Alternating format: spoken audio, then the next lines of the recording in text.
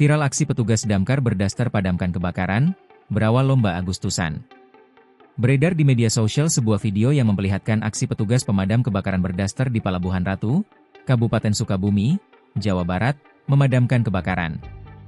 Kejadian tak biasa itu tepatnya terjadi di Jalan Ahmad Yani atau berjarak sekitar 100 meter dari Pos 1 Damkar Palabuhan Ratu.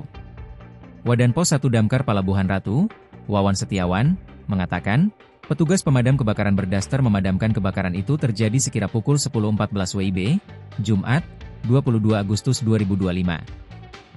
Saat itu para petugas tengah melakukan perlombaan memeriahkan HUT RI alias Agustusan.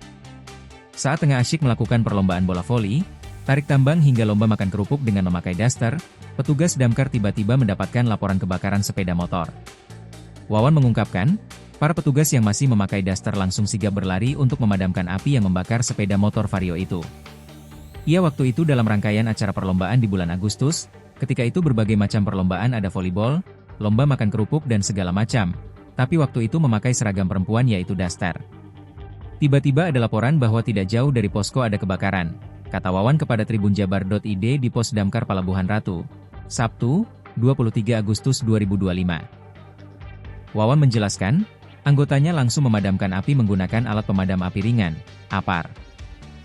Dalam video viral yang beredar, meskipun memakai daster, petugas damkar tetap terlihat profesional dan sigap dalam mengatasi kebakaran tersebut.